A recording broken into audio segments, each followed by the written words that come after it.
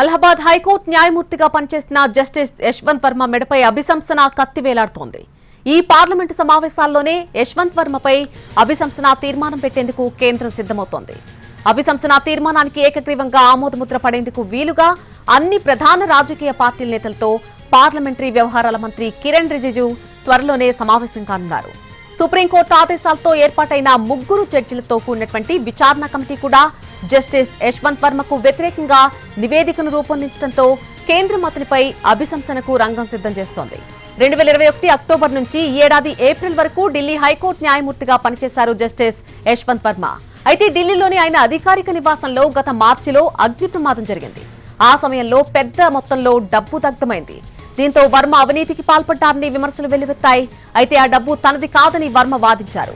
తర్వాత ఆయన్ని అలహాబాద్ హైకోర్టుకు బదిలీ చేసింది సుప్రీంకోర్టు. అలాగే డబ్బు దగ్ధం అంశంపై అంతర్గత కమిటీ విచారణ జరిపింది. వర్మ అవినీతికి పాల్పడినట్టుగా నిర్ధారించింది. దీంతో ఆయన పదవి నుంచి తప్పుకోవాల్సిందిగా సుప్రీంకోర్టు సూచించింది. కానీ వర్మ దానికి నిరాకరించారు. ఆయన మాట వినకపోవడంతో కమిటీ నివేదికను రాష్ట్రపతికి పంపించారు అప్పటి సీజేఐ సంజీవ్ ఖన్నా.